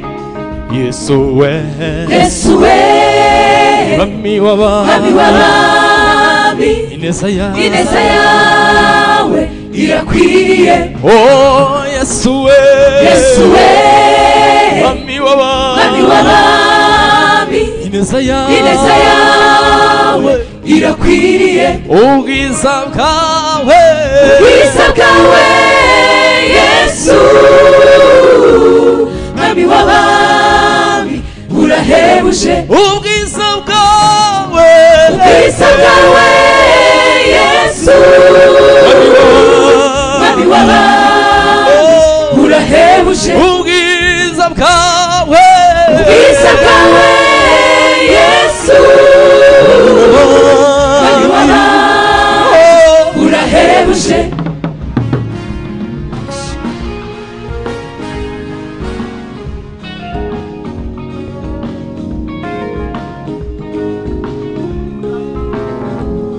oh hallelujah.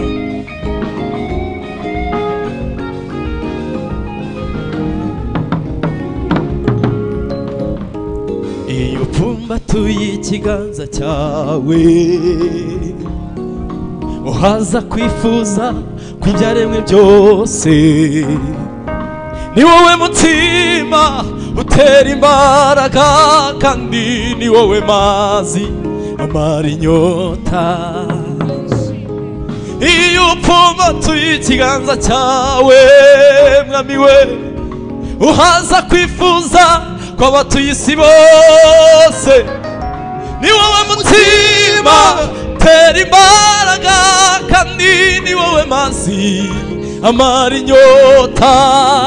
dore wayimaze umusamariyakazi ubwo yarari kwiba aje kuvoma, wamumaze inyota y'ibyaha,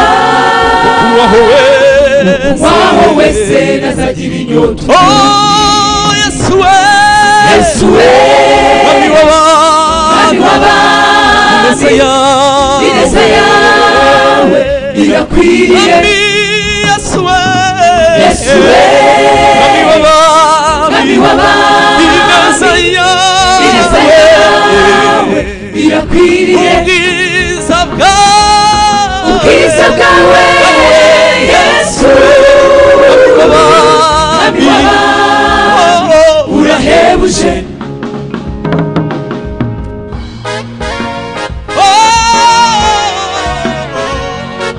Hallelujah.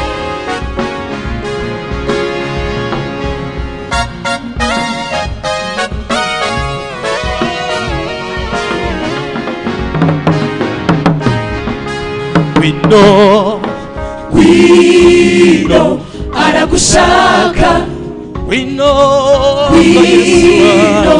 arakwakira. umutunzi w'imbabazi nyinshi, Aragushaka, ateze ibiganza, arakwakira. Wino aragushaka, Wino umusange, arakwakira. kuko ineza ye, Ineza ye itemba nk'uruzi. Wino Wino kwa Yesu ateze ibiganza. kuko ineza ye, Ineza ye itemba nk'uruzi. Wino kwa Yesu ateze ibiganza, Wino aragushaka, Wino arakwakira. umwami n'umutunzi w'imbabazi, Wino aragushaka, Wino arakwakira. Wino aragushaka, Wino arakwakira.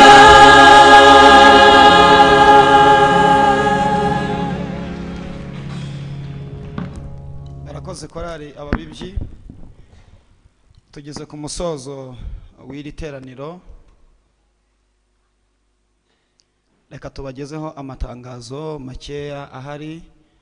Mw'iki cyumweru tugiye gutangira ku wa gatandatu, tuzaba dufite igaburo ryera isaa 8, bizaba ari ku itariki 29. Rero saa 8 tuzagira igaburo ryera. Hazabaho rero na ya masengesho yo gutegura igaburo ryera guhera ku wa kabiri, ariko kandi azajya ajyana n'amasengesho yo kwirirwamo ya minisiteri y'abinginzi. Nsabe Daniel abe yigira hino aze gufata amasegonda make atubwire gato kuri ayo masengesho minisiteri y'abinginzi bazajya birirwamo. Abantu bose bafite ibyifuzo muzajya muza babisengere, tuzajya twirirwamo dusenga. Ariko nibigera saa 10 kugeza isaa 2 higishwa inyigisho zijyanye no gutegura igaburo ryera. N'abiriwe mu kazi ubwo namwe muzajya muza mudusangamo dukomeza n'iyo gahunda. Hanyuma iyo gahunda izasozwa ku cyumweru. Iyo y'amasengesho tuzayisoza ku cyumweru. Hano tuzayisoresha igiterane kizaba isaa 8:30, kizaba kinarimo korali Agape y'Inyarugenge. Izirirwa hano kuva mu gitondo dukomeze n'umugoroba wose muri ya gahunda y'abinginzi. Ibindi birenze kuri ibyo ntavuze, nyakubahwa mwabisobanura. Murakoze. Kansabe bo turi kumwe n'abegerana imbere. Dufite amasengesho kuva ejo kugera ku cyumweru nkuko babisobanuye, afite intego muri Yesaya igice cya 60 umurongo wa mbere. Haravuga ngo byukura bagirane uko umucyo wawe uje kandi ubwiza bw'Uwiteka bukaba bukurasiye. Muri amasengesho zatangira isaa 3 za mu gitondo, tugire saa 10 nk'uko babivuze, ariko dukomeze n'igitaramo cy'amasengesho arimo inyigisho z'igaburo ryera. Kuwa kabiri nabwo bikomeze, no kuwa gatatu, kuwa kane tuzakira mu gitaramo cy'amasengesho korali Gorogota izaturuka Nyagatovu. Kuwa gatanu ku manywa tuzafite korali Agape izaturuka Inyarutarama. Hanyuma kuwa gatandatu uzari umunsi w'igaburo, ariko abiginzi tuzagira umwiherero wacu. Hanyuma ku cyumweru nk'uko babivuze, amateraniro azatangira mu gitondo dusenga, hanyuma tugera ku mugoroba habeho n'ubundi gitaramo cy'amasengesho n'inyigisho y'ijambo ry'Imana hamwe n'iyo korali Agape guturuka Nyarugenge. Ntekereza ko muri make ari ibyo ngibyo ibyifuzo dufite bitandukanye. Tuzaba dufite, tuzahera ku bugingo bwacu. Abantu nifuza ko bagira umutwaro w'ubugingo bwabo muri amasengesho bakazaboneka. Tuzasengera igihugu, twereka igihugu ko Imana ikwiye kukirinda. Buriya ku itorero rihari dikwiye gufata umwanya wo gusenga, tugasengera umutekano w'igihugu, ndetse tukirukana indwara, tukirukana inzara, tukirukana kubaho igihugu kitaguramo imvura ku gihe. Tugomba kubisengera Imana. Ibyifuzo bizaba bitandukanye ari byinshi, kandi dukwiriye guhagarara mu mwanya tugasenga n'icyerekezo cy'ubuzima bwacu, tukabisengera tukabyereka Imana, hanyuma Imana iduhana umugisha. Abantu mwese rero murararitswe muri ayo masengesho. Hanyuma abantu batanze umuhamagaro muri gahunda y'abarimu b'abana, iteraniro nirisoza, nitumara gusoza muraza guhura n'umuyobozi wa Minisiteri y'Abana hariya hejuru kuri bariko hejuru, muraza ntebe z'icyatsi kibisi, naza kubari muraza kumusangayo, araza kubayobora. Hanyuma abashaka kwigira umubatizo, gahunda irakomeje, biga nyuma y'iri teraniro iringiri rya kabiri, kandi mu kwezi kwa 12 hazaba hari umubatizo. Abiga rero mushyiramo imbaraga batariyandikisha, namwe mwiyandikisha. Abiga gusoma, kubara no kwandika biga kuwa kabiri no kuwa kane saa 8 kugera isaa 10. Nibature irakomeza kuva kuwa mbere kugera kwa gatandatu saa 10 kugera saa 12. Hanyuma izindi gahunda za ministeri zitandukanye, mw'iki cyumweru mwumvise ko harimo izindi gahunda ntabwo zizaba zihari. Tuributsa abayobozi ba ministeri zitandukanye ya gahunda ya assurance, yuko mwacunguza uburyo mwete kugira ngo uku kwezi kwa 11 kurangire tubivanye mu nzira. Ku itariki 18 kugera kuri 20 z'ukwezi kwa 11 tuzaba dufite igiterane cy'ububyutse cy'itorero rya Remera.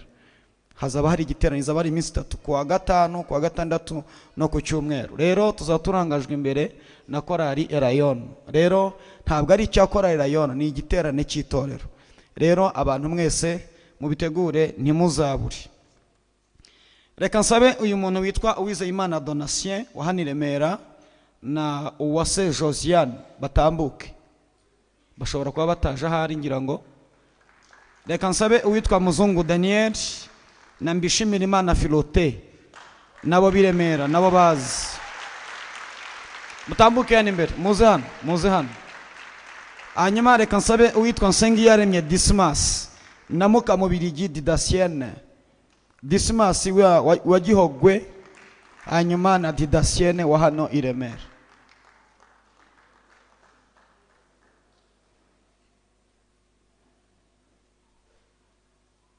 Dismas ego.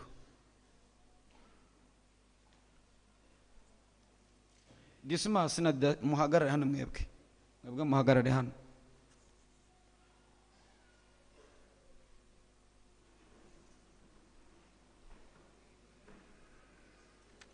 Hanyuma aba bahagaze hano barabasaba uburenganzira bwo gutangiza umushinga w'ubukwe, ariko iriya couple yo hirya bo bari basanzwe babana mu buryo babanye mu buryo butemewe n'itorero, ariko baza gusaba imbabazi itorero, barashaka kubishyira mu mucyo noneho. Yego.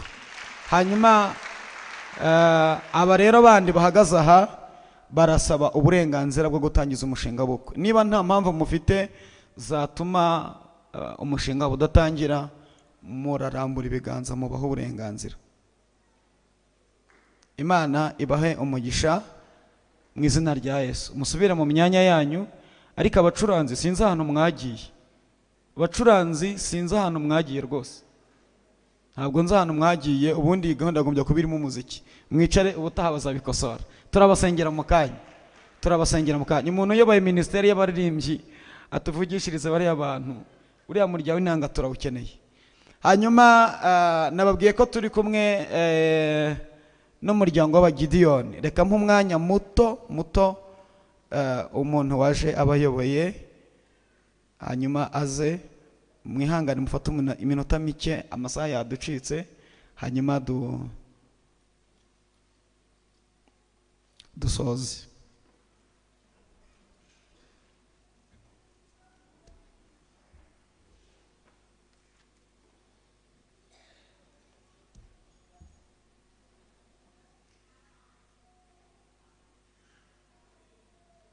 Haleluya. Umuryango basuye ni umuryango wenda benshi mu marawuzi cyangwa mwarawumvise, witwa Gideon International mu Cyongereza. Twavuga mu Nyarwanda ko ari umuryango w'Abagidiyoni uri ku isi yose. Amen. Rero mbere yuko mbabwira iby'uwo muryango, reka mbereke abaje bahagarariye itsinda ry'amahoro rikorera muri cyane muri Gasabo. Babibwire. Ngewe reka nihereho, nitwa Rusano Andrea, umurimo wanjye nkaba ndi umuganga. Murakoze.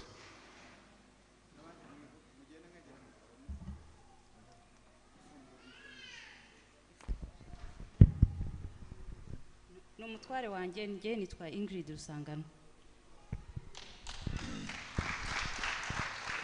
Nge nitwa Mitabo Oze, uyu n'umudamu wanjye nawe niyivuge. Kwa Melanie Mitabo. Yesu ashimwe. Nitwa Semigabo François, natire Yesu nk'umwami n'umukiza wanjye. Yesu ashimwe. Nitwa Ineza Marie Claude, Semigabo n'umugabo wanjye ni n'Umugidiyoni. Haleluya.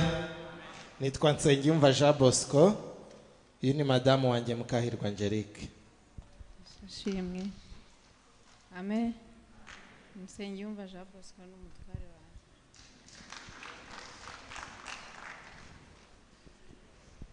Yesu ashimwe. Nitwa Segihanga Frederic, ndi Umugidiyoni, ndi kumwe na madamu wanjye. Yesu ashimwe. Nitwa Yvette Kamanzi. Yesu ashimwe. Nitwa Ruzibiza Jean Claude, ndi Umugidiyoni na madamu wanjye yabibwira, tukaba turi abadiyakoni hano muri International. Twa Joa Claire Mukakabera. Murakoze. Haleluya. Nabasaba kwisura mu myanya yabo. Barakoze. Muri Matayo 28:19 nuko mugende muhindura abantu bo mu mahanga yose abigishwa, mubabatiza mu izina, mubigisha mu izina rya Data na Mwana na Roho Mutagatifu, mubigisha kwitondera ibyo nababwiye byose. Amen. Umuryango wa Gidiyoni ugendera kuri ijambo ry'Imana. Tugenda amahanga yose, turi mu bihugu 200 ku isi. Mu Rwanda umuryango watangiye hashize imyaka 200, mu 1898 niho watangiye. Wageze mu Rwanda mu 1978, amaze imyaka 44 mu Rwanda.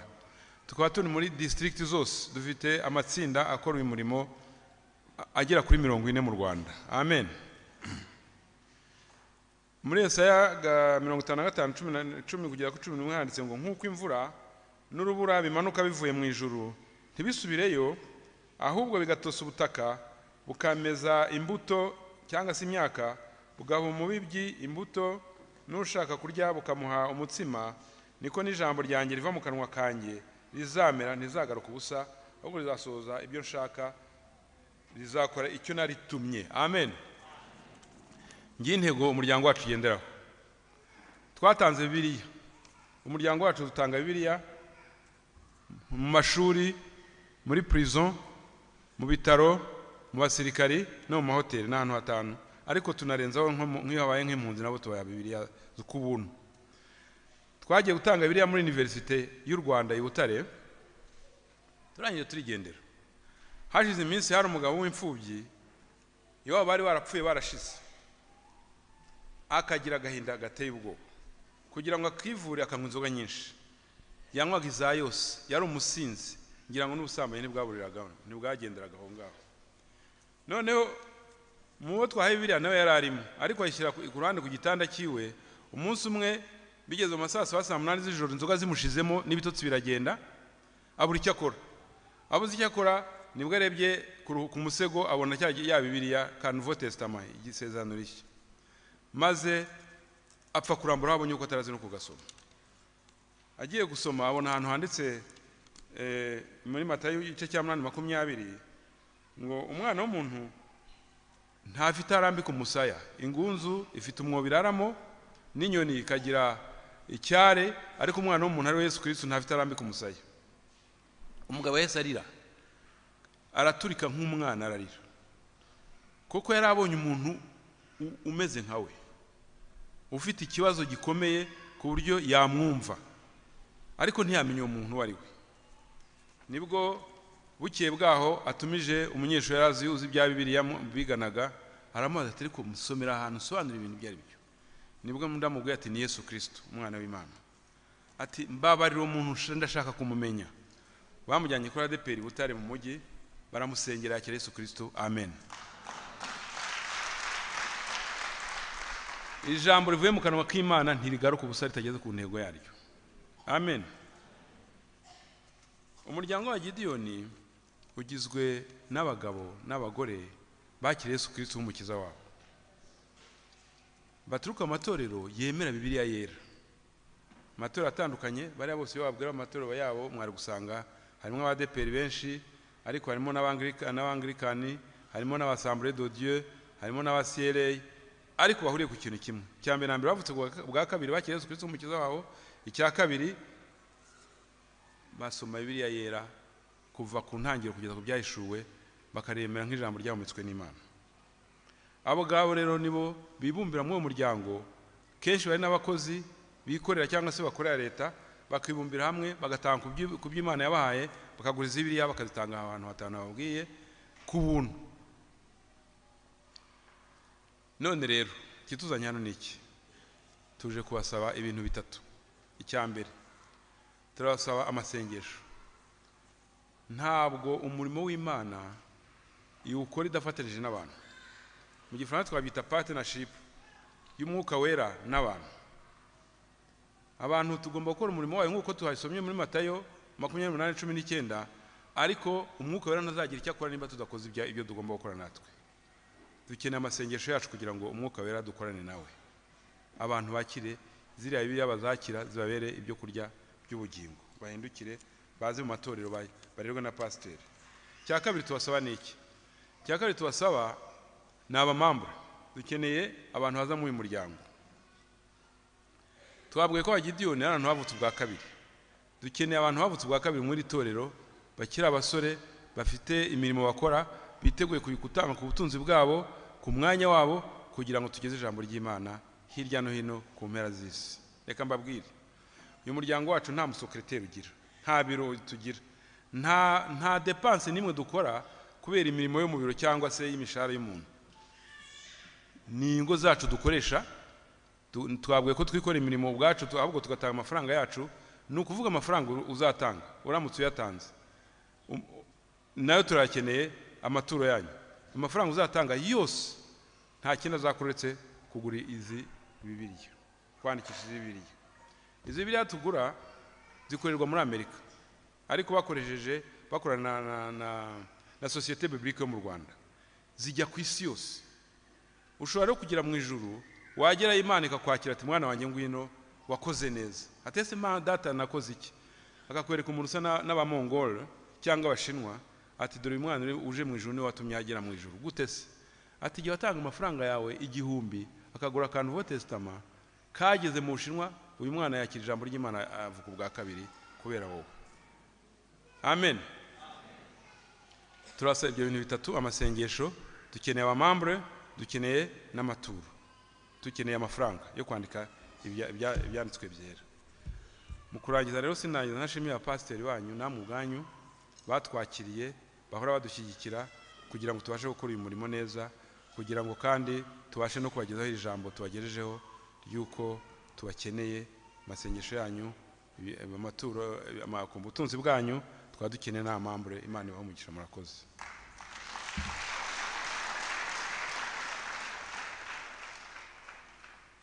Hanyuma duhaguruka, reka nsabe abadiyakoni badushakire ikibo dukora uwo murimo. Aba mu gitondo baguze Bibiliya zo kuzatanga ku buntu zigera ku bihumbi hafi 80. Natwe ntamwe mukoreho. Bibiliya ivuga ko imirimo y'abera izabaherekeza. Ibi si inyungu zanjye, nta n'undi bifite inyungu n'umuntu ku giti cye. Rero Yesu abaho umugisha. Muhaguruke turirimba igice kimwe cy'indirimbo. Uwumva yatera inkunga iryo vugabutumwa abikore ku byo ufite. Abagidiyoni n'abantu bagenda uko imbaraga zabo zingana, uko imbaraga zawe zingana. Igiceri cya senkani cyawe cyahura n'icyanjye cy'ijana, bigahorana n'igihumbi cy'uriya, bikagira icyo bikora. Yesu rero abaho umugisha. Muhaguruke turaririmba igice kimwe cy'indirimbo, niturangiza dutange iyo nkunga.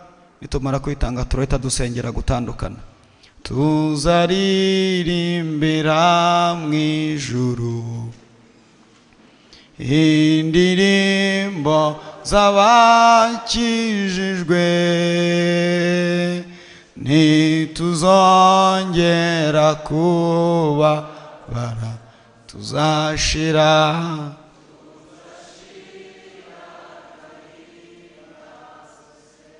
aheza aheza mu ijuru, tuzahurirayo bagenzi. Aheza mu ijuru,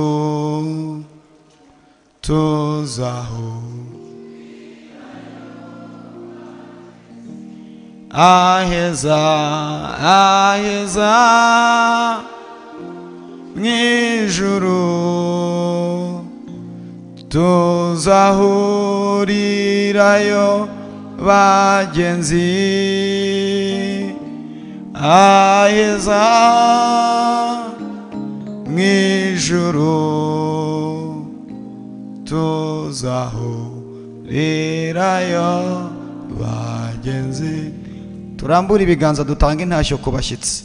Abagidiyoni bagenda hirya no hino na mwene data watwigishije. Mana, mu izina rya Yesu turagushimiye kubwo kubana natwe kuva mu itangira ry'iteraniro kugera muri rino soza. Dusabiye umugisha bene data bose bagize uruhare kugira ngo iri teraniro baribemo. Imana ibahe umugisha mu izina rya Yesu. Imana itanga umugisha ku watwigishije, abaririmbyi baririmbye, abatanze icya-10 n'amaturo, inkunga yo gufasha abakene, ndetse n'aba bashyigikiye iri vugabutumwa bose. Imana ibarambura ikiganza cyayo cyera, pfumbatura igipfunsi cyabo haze kwifuza kwabo. Dusengeye bene data n'abashiki bacu batangije umushinga w'ubukwe. Imana izabarinde mu izina rya Yesu, izabarinde ubugome bwa Satani, bazageze kuri ya munsi wo gushyingirwa bakira abakristo bahamya. Ndagushimiye ko mva gusenga, dore turagiye ugendane natwe. Mana data wa twese, iki cyumweru dutangiye uzabane na buri umwe wese. Imana izamurinde umubi, yaba aho akorera naho ataha. Imana izatugire neza. Turagushimiye kubyumvise kandi kubana natwe mu izina rya Yesu Kristo. Amen. Ubuntu umwami wacu Yesu Kristo gufashwa.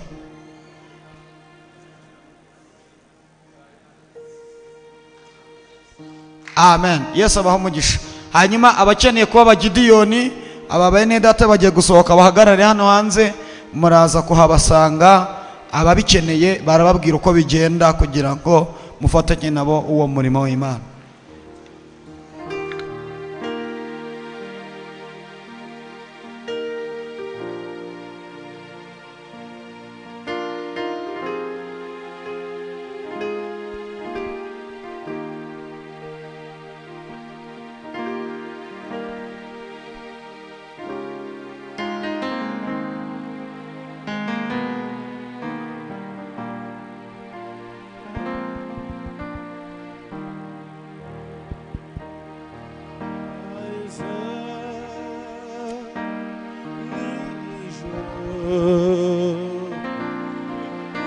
tuzahurirayo bagenzi